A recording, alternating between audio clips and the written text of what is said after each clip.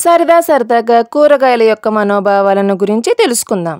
మరేమో గోంగూరకేమో అహం ఎక్కువండి. ఎందుకంటే తాను గుంటూరు వాసినని. పొట్లకాయ ఉంది కదండి, పొట్లకాయకేమో పొగరెక్కువండి. ఎందుకంటే 5 అడుగులు ఎత్తు అని. ఇంకా చిక్కుడుకాయ ఉంది కదండి, చిక్కుడుకాయకేమో చికాకెక్కువండి. ఎందుకంటే తనను గోరుతో గిల్లుతారని. ఈ కందకేమో మరి వెటకారం ఎక్కువండి.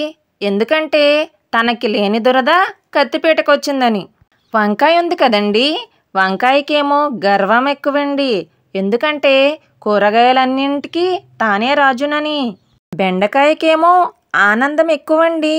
ఎందుకంటే తనను మగువల చేతివేళ్లతో పోలుస్తారని. ఈ దొండకాయకేమో ఆందోళన ఎక్కువండి. ఎందుకంటే కాకి ఎక్కడ తనను ముక్కుకు పెట్టుకుంటుందో అని.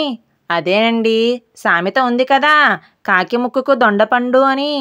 ఈ కాకరకాయకేమో శాంతం ఎక్కువండి. ఎందుకంటే ఎవరు ఇష్టపడకపోయినా అందరికీ ఆరోగ్యాన్ని ఇస్తుంది. చేదే కానీ ఆరోగ్యానికి బోలెడు లాభాలున్నాయండి. ఈ బంగాళదుంపకేమో సహనం ఎక్కువండి. ఎందుకంటే కూరలకైనా, చిరుతిండ్లకైనా, పూరీకైనా, పానీపూరీకైనా అన్నింటికీ తానే దిక్కు మరి. ఈ గుమ్మడికాయకేమో గాంభీర్యం ఎక్కువండి. ఎందుకంటే కూరగాయలన్నింటినీ కలిపినా కూడా తన బరువుకి తూగలేవుగా. మన ఉల్లిపాయకేమో టెక్కెక్కువండి. ఎందుకంటే తాను లేనిది కూరలకు రుచి ఎక్కడిదని. మన మిరపకాయకేమో దమ్మెక్కువండి. ఎందుకంటే దమ్మున్నోళ్ళు మాత్రమే మిరపకాయ కొరుకుతారని ఛాలెంజ్ చేస్తుంది మరి.